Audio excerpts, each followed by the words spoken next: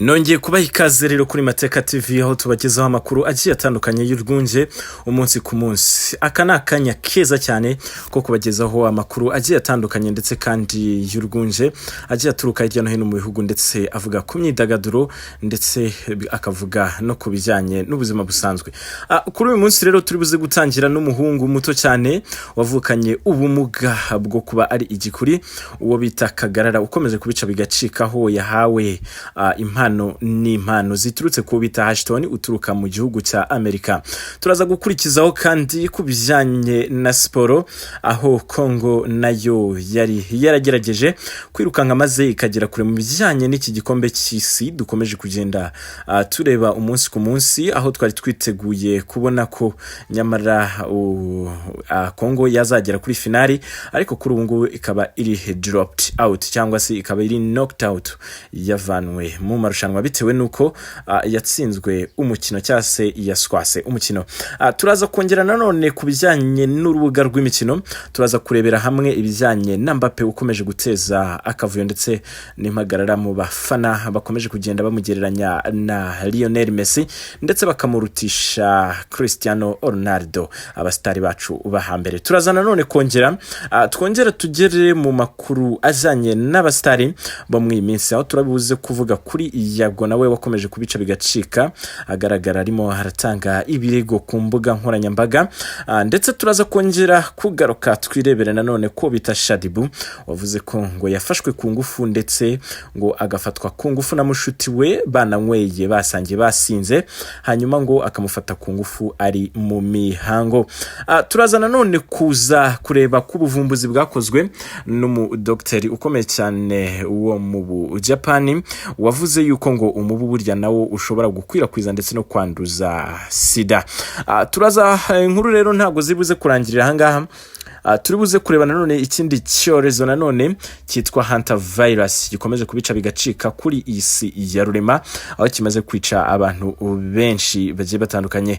Turaza kugaruka nanone ku bwicanyi bwakorewe mu gihugu cya Uganda mu gihe kinini cyane gishize, ariko na n'ubu bikaba bikiri inzitane y'ibibazo ndetse bidafite ibisubizo ku mugabo witwa Akero Christophe wakomeje kugenda ateza impagarara mu baturage, cyane ko yakoze ubwicanyi budasanzwe ndetse agatera ubwoba abantu. Hanyuma rero inkuru ntago ziri buze kurangirira aho ngaho, turakomeza kugenda twirebera n'ibindi hirya no hino, aho inkambi ya Cyakatu ituye mu gihugu cya Congo mu karere bita Cyegerwa mu burengerazuba habereye ubwicanyi budasanzwe ndetse bigahuza abanyamurenge ndetse n'abubundi bwoko bwagiye buturuka mu bihugu bigiye bitandukanye, maze akaba umurwano w'inkundura. Turibuze kongera nanone gucisha amaso turebe ngo ejo bundi ho byagenze gute, ko hari n'undi nengo banize bakamujugunya hagati y'amashiga, byo byaba biherereye he, byaba bimeze bite? Nyaboneka ntukureho urushinge ahangaho rero ni kuri Mateka TV, kora subscribe kugira ngo tubashe kugendana mu bindi biganiro bigiye bikurikira. Nyaboneka ndabakunda. Reka tube dusubitseho gatoya ubundi tuze mu nkuru irambuye. Tegereza gato.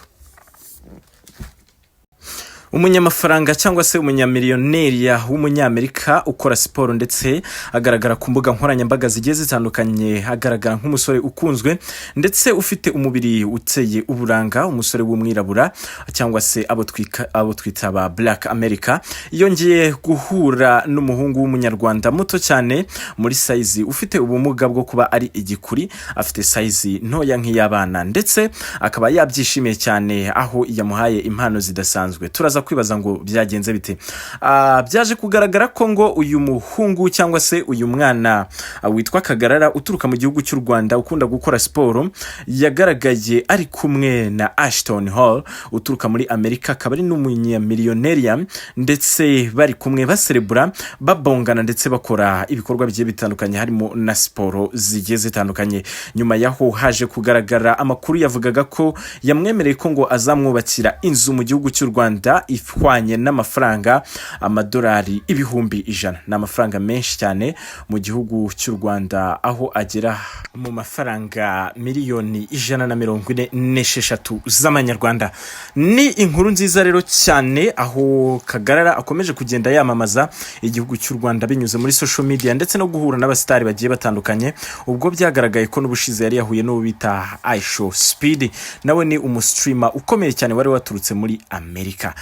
Nyuma y'ibyo byose rero Kagarara yakomeje kugenda n'ubundi aganiriza uyu muhungu ku bijyanye n'ibibazo yagize mu gihe yavukaga, ngo dore ko uyu muhungu yujuje imyaka 25, ndavuga Kagarara, maze ngo akamubwira ko yavutse mu 2001, hanyuma akaza gupfusha mama we mu 2007. Ubwo bivuze ngo yari afite imyaka 6, ndetse papa we nawe akaza gupfa mu 2015 nyuma yuko uwo mwana yari afite imyaka 14, bakamusiga gutyo agasigara ari imfubyi ya nyayo, imfubyi originali, maze akiga amashuri ye mu buryo bukomeye, dore ko yabashije no gusucceedinga. Kuri ubu akaba afite akongereza, abasha kuba yavugana n'umugabo w'umukire nk'uwo nguwo witwa Ashton uturuka mu gihugu cya Amerika. Reka tubimushimire rero kandi tumukomere mu mashi, dore ko banavuze ko ngo yamuguriye imodoka ngo y'amafaranga 800,000 kabaye. Reka rero uyu mungu tumukomera amashi kuko arabikwiye, yakoze uko ashoboye kugira ngo ateze ishema ndetse aheshe agaciro igihugu cy'u Rwanda. Reka rero duhite twihuta cyane, duhite tugera mu bijyanye na siporo, aho igihugu cya Congo aricyo cyagaragaye nk'igihugu cy'intwari muri Afrika, aho cyakinnye maze kikarwana intambara idasanzwe mu gikombe cy'isi cy'umupira w'amaguru. Ikaba yari iyoboye mu bihugu bya Afrika, maze igakina koko ikagera aho ihura n'igihugu bita Portugal, maze ikarwana intambara, bikavamo biri draw cyangwa se bikanganya ibitego 1-1. Byaje gutuma Congo ihita ikomeza gukina n'indi mikino yari isigaye, ariko birangira ihuye n'igihugu bita England cyangwa se Ubwongereza. Mu gihugu cy'Ubwongereza niho umupira w'amaguru waturutse. Iyo ngiyo niyo information nkwaye. Umupira w'amaguru watangiriye mu gihugu cy'Ubwongereza, niho rero Congo yaje guhurira n'Ubwongereza, maze ibasha kuba yatsinda igitego cya mbere mu gice cya mbere cy'umukino bari gukina. Congo byarangiye irusha igihugu cy'Ubwongereza, gusa mu gice cya kabiri byaje guhindura isura, maze Congo iza gutsindwa ibitego 3, igumana igitego 1, nuko Congo ibisezerewe ityo. Hanyuma rero reka twikomereze naho Mbappe mu bushize bwe bari barimo bavuga bati Mbappe kabaye agiye kurusha ibitego umukinnyi Lionel Messi wamamaye nk'umukinnyi wa mbere ku isi, aho yakomezaga ahanganye n'uwo bita Cristiano Ronaldo rero akaba nawe muri iki gikombe cy'isi ari kugaragaza imbaraga nkeya zidasanzwe, ahubwo bita Mbappe akaba akomeje kugenda yigaragaza neza, aho byagaragaye ko mu mikino y'ibikombe by'isi biharanira umupira w'amaguru amaze kugiramo ibitego 18, mu gihe Lionel Messi wari ahanganye na Ronaldo ku bwa mbere, ubu ngubu afite ibitego 19, kandi we amaze gukina ibikombe by'isi bigera kuri 6, mu gihe Mbappe we amaze gukina ibikombe 3 gusa, ariko akaba yenda kunganya nawe ibitego. Ni mu gihe uyu Messi Lionel ari we wari ahagaze ku mwanya wa mbere wo gukora amateka yo gutsinda ibitego byinshi ku isi mu bijyanye n'igikombe cy'isi giharanira umupira cyo mu mupira w'amaguru, gusa kuri ubu biri guhindura isura. Reka twikomereze. Umukobwa cyangwa se umugore ukuze cyangwa se ushaje witwa Shadibu wamenyekanye ku mbuga nkoranyambaga nk'umuslay cyangwa slay queen, wakomeje kugenda agaragara ku mbuga nkoranyambaga.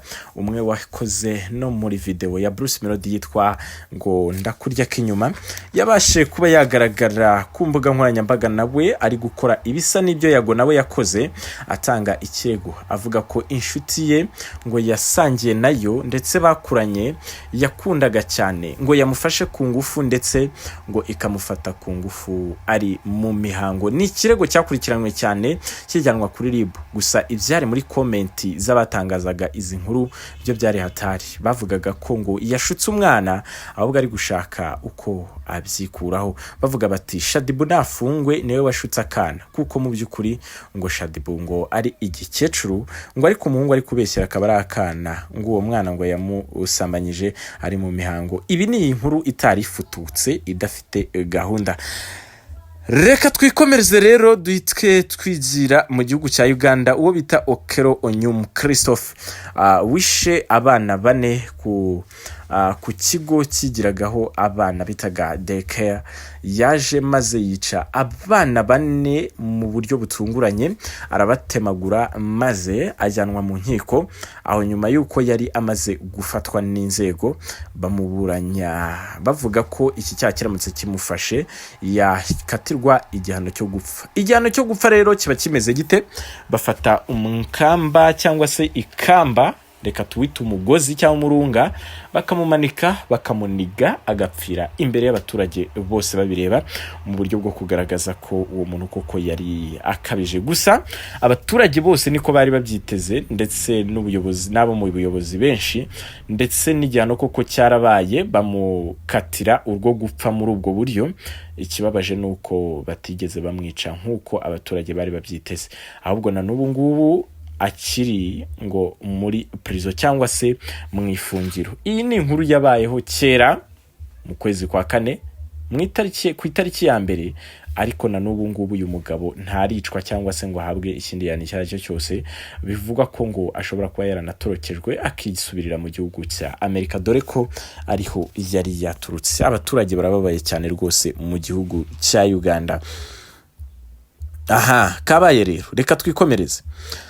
Tugeze ku nkuru yo mu gihugu cya Uganda n'ubundi, aho bita muri Cyakatu mu ntara y'uburengerazuba, aho bita Kyegerwa. Habereye inkundura idasanzwe mu nkambi. Impunzi zihuriyeyo ni impunzi nyinshi cyane. Izi mpunzi rero zakoze iki? Izi mpunzi mu minsi ishize, dore ko izo mpunzi harimo abanyamurenge, abakongomani, abanyabwisha, abanyarwanda ndetse n'abarundi, abasomalia, abasudani ndetse nabo mu bihugu bigiye bitandukanye harimo Tanzania ndetse na Kenya. Habaye rero igikorwa kibi cyane. Bishe hapfuye umugore w'umunyamurenge yishwe, maze abanyamurenge bakora imyigaragambyo idasanzwe, bafunga imihanda, ndetse ugerageje gutambuka ku ngufu bakamukubita. Nta modoka yatambukaga ntaki, gusa mw'iryo kubitwa no gukubita abantu hapfiriyemo abantu, ndetse abandi barakomereka bajyanwa mu bitaro, aho hari harimo n'umubyeyi wari akibyara afite umugore we mu bitaro, maze intumbi y'uwo mugabo igasanga umugore we mu bitaro. Inkuru ibabaje cyane yabaye kuri uyu musore muri iyi nkambi ya Cyakatu. Nyuma yaho ubwicanyi ntibwarekeye aho, kuko nyuma yaho ejo bundi mu minsi mike gusa ishize hagaragaye n'ubundi undi mwana wanizwe, maze bamujugunya mu gikoni mu mashyiga. Gusa kubw'amahirwe ngo bamukozeho babona akuka karacyari gake cyane hafi gupfa, nuko bahita bamujyana kwa muganga. Iyi nayo ni inkuru ibabaje ijyanye n'ubu bwicanyi bw'aba bantu. Icyorezo cya hantavirus rero cyo kimeze gitse, cyaturutse muri Korea ndetse cyakomeje kugenda kizengereza abantu, dore ko ngo cyanahanuwe mbere yuko kibaho. Abantu bakomeje kucyitega cyane, ngo ni icyorezo kiri guterwa n'imbeba, aho kiri kugufata ngo mu gitondo bugahita bucya warembye. Ntago kiri gutinzamo, ntago ari nka coronavirus cyangwa se ikindi cyorezo cyose ngo ukigifata ngo kiri guhita kikumerera nabi cyane, ku buryo ngo kimaze kwica abantu benshi cyane. Mukirinde. Kukirinda rero ni gute? Kukirinda nta kundi ngo ni ugufata imyobo yose yabi mu nzu ishobora kuba yahisha imbeba, cyangwa se ibintu byose byatuma imbeba ziba mu nzu, maze ukabisenya cyangwa se ukabiprotecting. Murakoze cyane. Mwari muri kumwe na Rukundo Alex Mateka. Channel mwari muri ho rero nta yindi ni Mateka TV. Kora subscribe for more information kugira ngo ubashe kubona byinshi bituruka hano. Murakoze cyane. Ciao ciao.